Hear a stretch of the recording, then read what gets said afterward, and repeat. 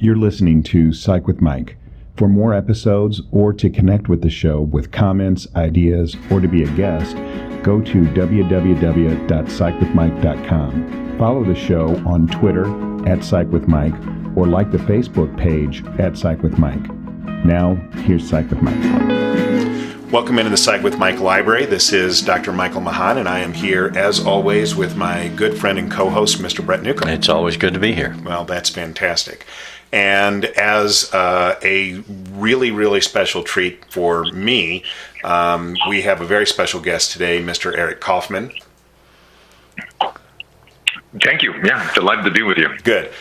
So you are from the Institute of Coaching, which is affiliated with the Harvard Medical School, correct? Yes, I'm a fellow and a thought leader there. Yeah. And that you have written, to my knowledge, 2 books. The first book, The 4 Virtues of Leadership, and then now your second book, which is coming out, Leadership Breakdown. Yes, Leadership Breakdown should be coming out in spring, summertime. Okay, and you wrote that book because why? I wrote that book because 20 years into doing my work with executives and executive leaders in both for-profit and non-profit, I was seeing patterns that were repeating over and over that were stymieing the ability of leaders to be effective and taking away from the potential of organizations and teams. And so I kept looking at it and saying, what is it? And saw these leadership breakdowns that were happening over and over, whether that was team morale or missing opportunities for realizing goals or falling behind financially or losing key members. But there's this pattern of breakdowns, and I wanted to write a book that would illuminate to leaders why this is happening and how they can do something about it. And so that's exactly why we wanted to have you on today, because Brett and I, throughout the course of the most recent crisis, have been doing a series of shows on the pandemic, on the psychology of the pandemic. And now that as we start to move towards the end of the quarantine phase into the restorative phase, I'm really concerned that we have an option of coming out of this and being better for it, or we have an option of coming out of this and being worse for it. And that what's going to mostly determine that is the quality of the leadership that we have as we come out of this. Would you agree with that? I agree with that. Yes, I agree with that. The quality of leadership is going to determine the ambient experience, right, and the distributed experience. I do want to qualify that there's the obvious leadership, right? My boss, the person in the corner office, the head of the country, but there's also an element of self-leadership. And so I don't want to make this sort of too broad as to be ineffective, but when we say leadership and we only assign that to certain roles, then sometimes we are disempowering people from their ability to make a contribution in a meaningful way as well. So I do want to at least float this idea that leadership should not just be seen as something that is assigned to X person, but it is a way of being. And so if we say that there's a way of being which leadership captures as a mindset, then yes, that is the determining factor of how we're going to come out of this. And in fact, it's the determining factor of how we're navigating through it right at the moment. Well, actually, that is exactly why before we went on mic, we were doing some get to know you, and I had told you that you are like my superhero because you have been a dive instructor, which I love, and you have lived as a Buddhist monk, and that is really just so impressive to me. And now you're making this point that I think is absolutely essential, which is that we all have the ability and the capacity and the responsibility to be our own leaders. And I couldn't agree with that more. And so not only do I want us to make that point qualitatively, but I want to make it and say, how do we come out of this as individuals? How do we make ourselves our own leaders? Yeah, I think that's a powerful inquiry. I think that this situation has illuminated a couple things, not the least of which is this profound sense of interconnectedness. And this interconnectedness is sort of the foundation of life. And it is one of the features of this very condition that we have come to see that as a culture, as a society, as an economy, and certainly from a leadership perspective at various levels, this interconnectedness has been treated very lightly at times, and more often than not has been ignored or even defied. And so I think to emerge as a leader, first and foremost, begins with this understanding of the interconnectedness of all of life, right? Not only nation to nation and economy to economy, but person to person. And the corollary of that, or sort of the opposite of this interconnectedness, is living from the state of separateness. And there's a profoundly simple version of separateness. I alone can fix this. I on my own can do this. I am the most important. Wherever the I am rises to a level of significance and it begins to blot out the interconnectedness, we have a breakdown in leadership. So the first sort of element of how do we arise as leaders is to recognize this impulse that we all have to separate ourselves from. What's a leader, really? A leader is somebody who influences people to behave in a certain way, period. It doesn't matter what domain. What is a leader? A leader is somebody who influences people's behavior. Now, I'm not putting a moral statement on it, good, bad, indifferent, but that's what a leader does. And so to influence is to connect. So the fundamental notion of leadership is this interconnectedness and influence. And so how do we arise as leaders is we use this opportunity to diminish our own sense of separateness, to heal ourselves as best we can from the remarkable addiction to our ego identity as separate from others, and begin to recognize the inevitable survival imperative of interconnectedness, of interdependence, and of a network of life rather than single nodes. Do you have a degree in psychology? No, I'm married to a psychologist, so it's as good as it gets. I was going to say, because you are absolutely talking our language. You get the knowledge, but you don't have the pain. Yeah. That's good.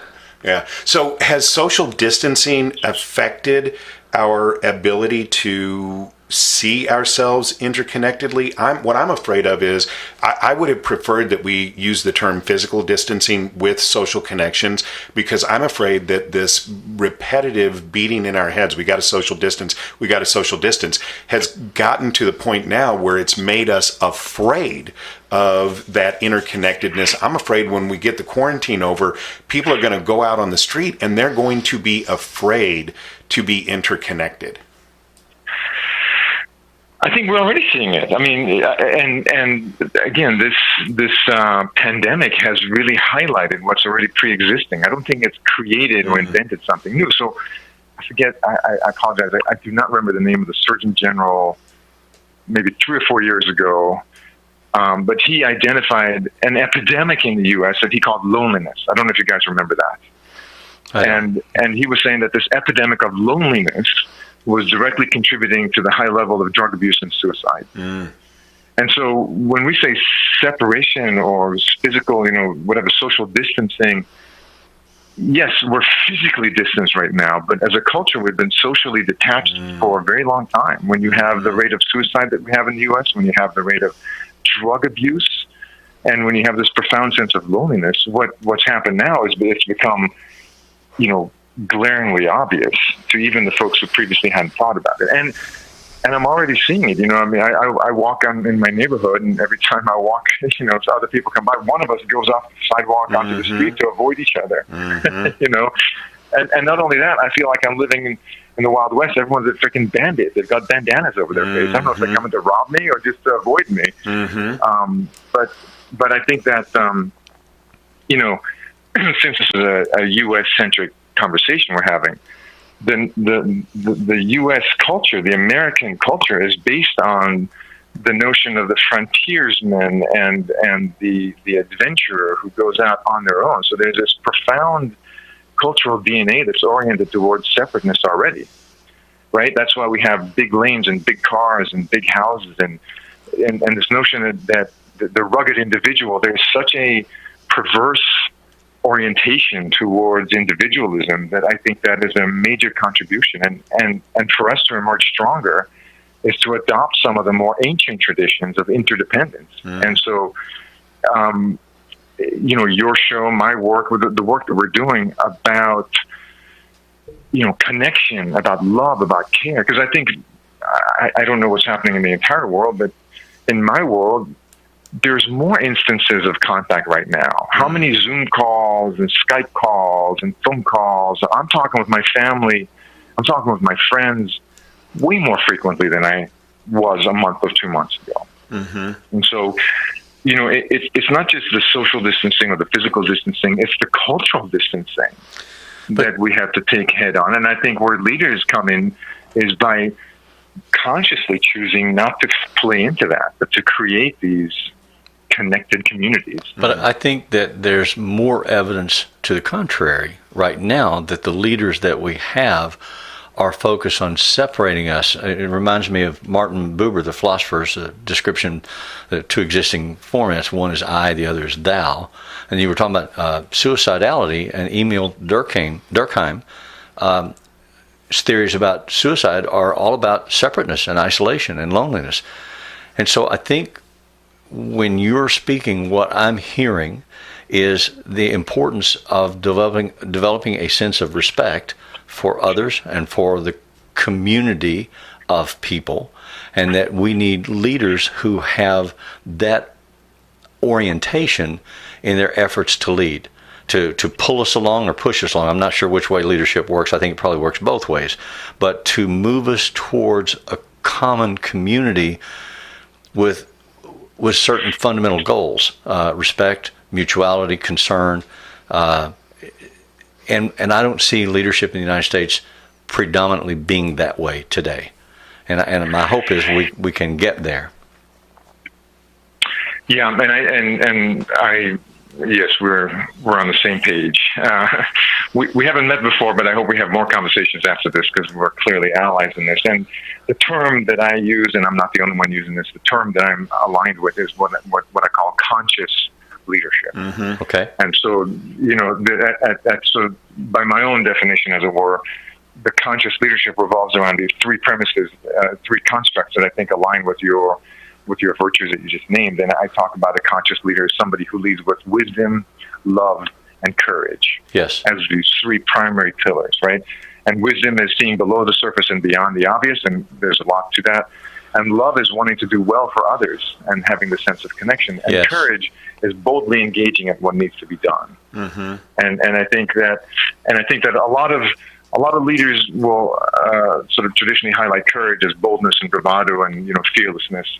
Mm-hmm. And some are even wise, right? Being willing to sort of look beyond and below and see the big picture. But the construct of love and care and wanting to do well for others has been largely blotted out by what we have come to call be a professional.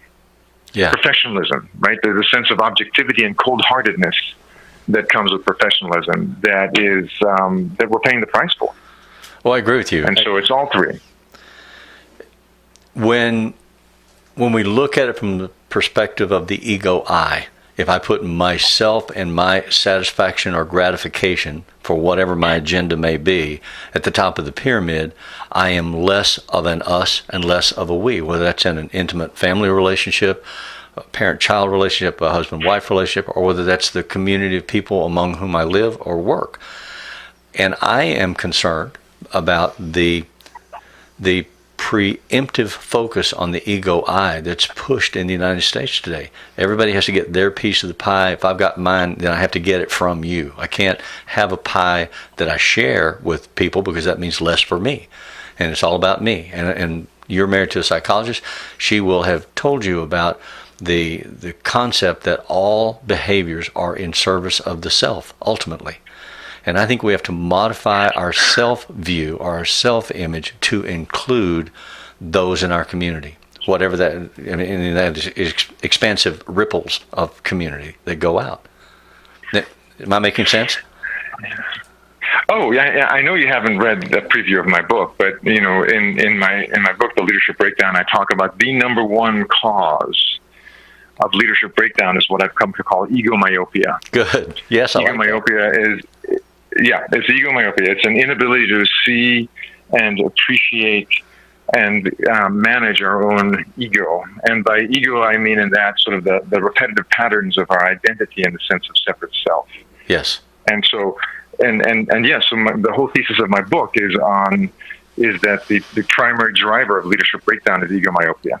It's the inability to recognize and to manage our own ego impulses, and that's primarily manifested as a profound sense of separateness, right? And inherent in that sense of separateness is fear. Yes. Mm-hmm. And so that's why, from a conscious leadership perspective, there's wisdom, which is being able to see below the surface and beyond the obvious, including myself. Yeah. Especially myself, seeing myself clearly.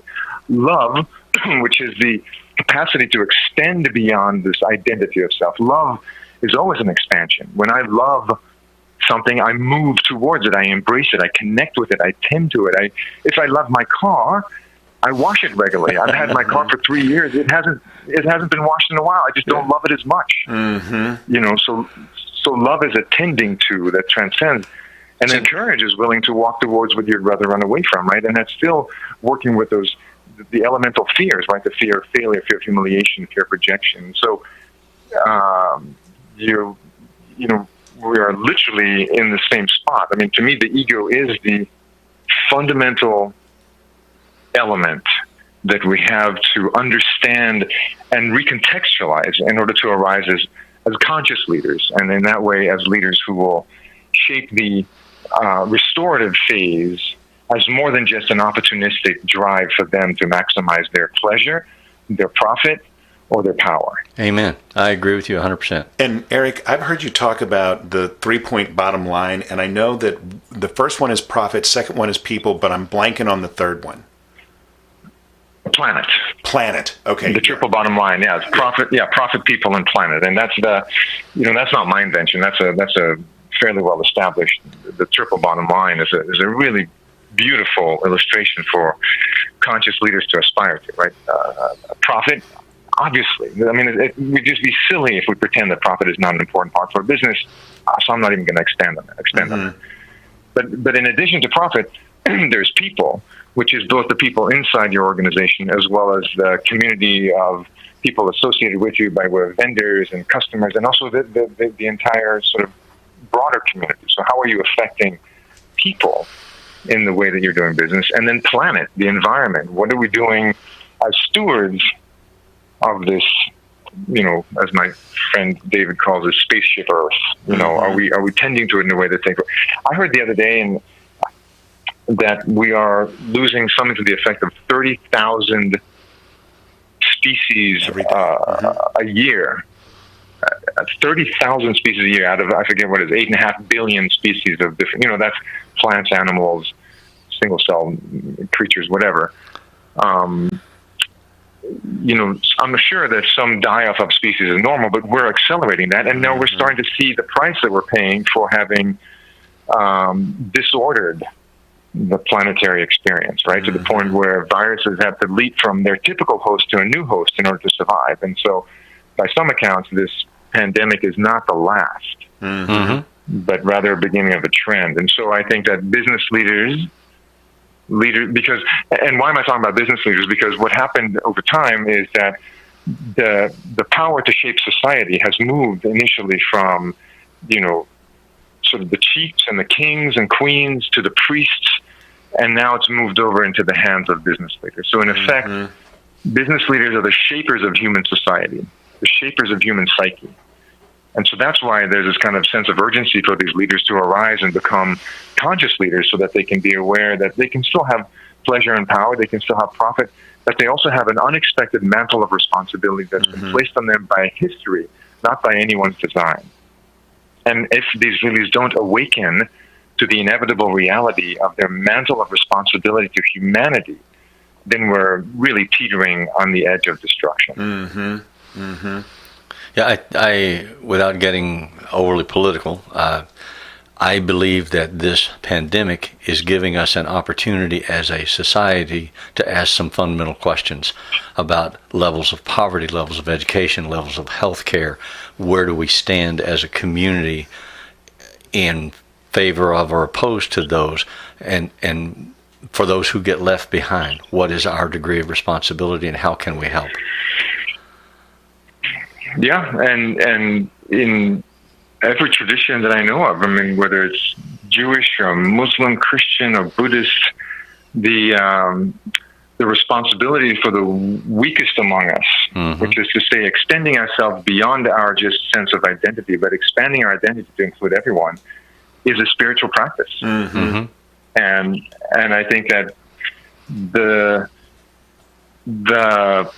period where we could relegate spirituality as something that is distinct from our day-to-day life, our business, our leadership, at one point they were indistinguishable. People's spiritual and religious practices were in fact the same as their everyday, and then they became distinct, right? As scientific and commercial and mechanical reality has come in, we've separated them. And now I think we're realizing that separation experiment has yielded some untenable and sort of unsustainable results, and that the sort of natural order of the spiritual and the mundane, of the metaphysical and the physical, has to come back as an honored rather than as a freak show behavior. Right. Yeah, I agree. And, going back to the idea of each of us being our own leaders, I had a really, really profound, I don't know if I could call it an epiphany, but I'm going to say epiphany. Yesterday when I was seeing the pictures of India and of Southern California and the way that the smog has abated after just a month of this sequester, and I have never, ever, ever, I drive a big raised Jeep that I love, that I absolutely love, and I've never, ever considered the idea of buying an electric vehicle, but I saw those pictures and I thought to myself, next time I buy a car, I think I'm going to buy an electric car, because just seeing that was so moving to me. And if each of us finds something beautiful about what's happened in this sequester, and we take that to heart and we apply these principles that you're talking about, Eric, to our own lives, we can project that upwards. We don't have to wait for it to flow downwards. But I don't know if that's something that's going to happen. Well, whether it happens or not, what you described, I think, is a really beautiful illustration of the result of being conscious, right? So you are certainly thinking about buying an electric vehicle not because there's some kind of a moral imperative that someone is shaming you to it, but because you had a moment where you actually touched upon the inevitable contribution that you're making to life as a whole and the impact that you have, even in a small way. And so from that place of recognition of the interconnectedness and the contribution, something arose in you that surprised you. You called it an epiphany. You're like, oh my God, I'm going to buy an electric car. Who thought? I love my Jeep, right? And so this is one of the great powers of sort of raising consciousness, right? Is that the moral behavior that we try to get people to adhere to, much of the morality is really punitive, and it's really enforced, right? So thou shalt or thou shalt not. Don't do this, don't do this, do that. There's a different type of morality that arises when you actually tap into and feel the sense of connection. So you naturally, in seeing the impact that you're having and feeling the connection you have to the environment, you thought to yourself, you realize, wow, I love this Jeep, but I'm also moved to do something differently. I think that is the power of raising consciousness. And that's why in my book, Leadership Breakdown, in my work, in the work that you do, raising consciousness so that people actually begin to want to do what morality wants to force us to do. Because now for you to buy an electric vehicle is not really a struggle. Maybe a little bit. and I should, in the interest of full disclosure, I drive a Dodge Challenger. So I'm right there with you. My daughters are looking at me like, who the hell are you? Yeah. What's with the Dodge Challenger? Yeah. But yes, there's the power of service that arises when consciousness expands. And if leaders are really tapped into one of the most profound elements of leadership, it's about service. Yes, it's about achievement, and it's about glory, and it's about success, and it's about objectives, and it's about results. But the degree to which a leader can recognize that in serving, they unlock the power and potential of people around them, and therefore able to achieve the things that they want to achieve. Well, that's also, then we have not only remarkable results, but also a sense of connection. That's also one of the major lessons, I think, of all of the religious traditions that I'm aware of, that service matters. And I would like to say to you before we go that I really appreciate the conversation we've had with you today, and I look forward to reading your book. There's some very thought-provoking interpretations of the way things are that I, for what it's worth, I agree with based on listening to you today, and I'm looking forward to see more about what you have to say. So thank you for your time. Oh, my pleasure entirely. Truly a pleasure. I wanted to say, Eric, that, I knew going into this that I wanted to talk to you because I really admire a lot of the accomplishments that you've achieved in life. But now, having had this conversation, I really, really hope that you can become a friend of the show. I would love to expand this conversation beyond just this one 30-minute interval, and if that's something that you would like, we will try and arrange that sometime really soon. Oh, I'm absolutely on board. I love both of you, sort of the thoughtfulness and the care to bring forth not only the conversation, but to be beacons for awakening people. So yes, anything that I can do as friends of the show, as friends of you guys, so that we can raise consciousness and have more profound, literally profound, as in tapped-in leaders that make a difference. Let's do that. Thank you. So, as always, if you want to get a hold of us, you want to give us comments, feedback, or you want to propose a topic for us to discuss, you can get more episodes and contact us through psychwithmike.com. The music that appears in Psych with Mike is written and performed by Mr. Benjamin DeClue. And as always, if it's Friday, it's Psych with Mike.